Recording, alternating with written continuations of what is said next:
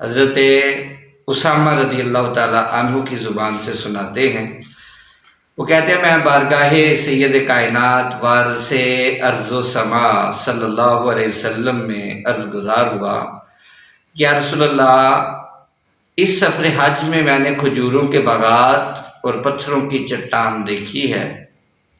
فرمایا ان باغات کے پاس جاؤ اور ان سے کہو ان رسول اللہ یامرکن ان تدعین لمخرج رسول وکل الحجارۃ مثل ذالک، تمہیں اللہ کے رسول صلی اللہ علیہ وآلہ وسلم نے حکم دیا ہے کہ تم رفع حاجت کے لیے پردہ بنو اور اسی طرح پتھروں سے بھی کہہ دینا۔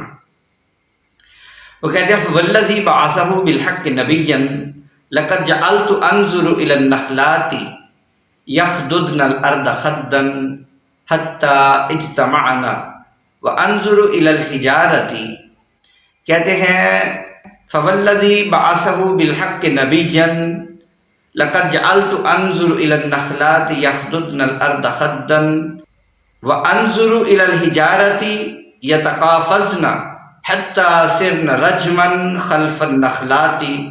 اس اللہ پاک کی قسم جس نے آپ کو نبی برحق بنا کر بھیجا ہے، میں نے دیکھا درخت اپنی اپنی جڑوں سے اکھڑ کر اکٹھے ہو گئے اور پتھروں نے جمع ہو کر درختوں کے ساتھ مل کر ایک دیوار بنا لی۔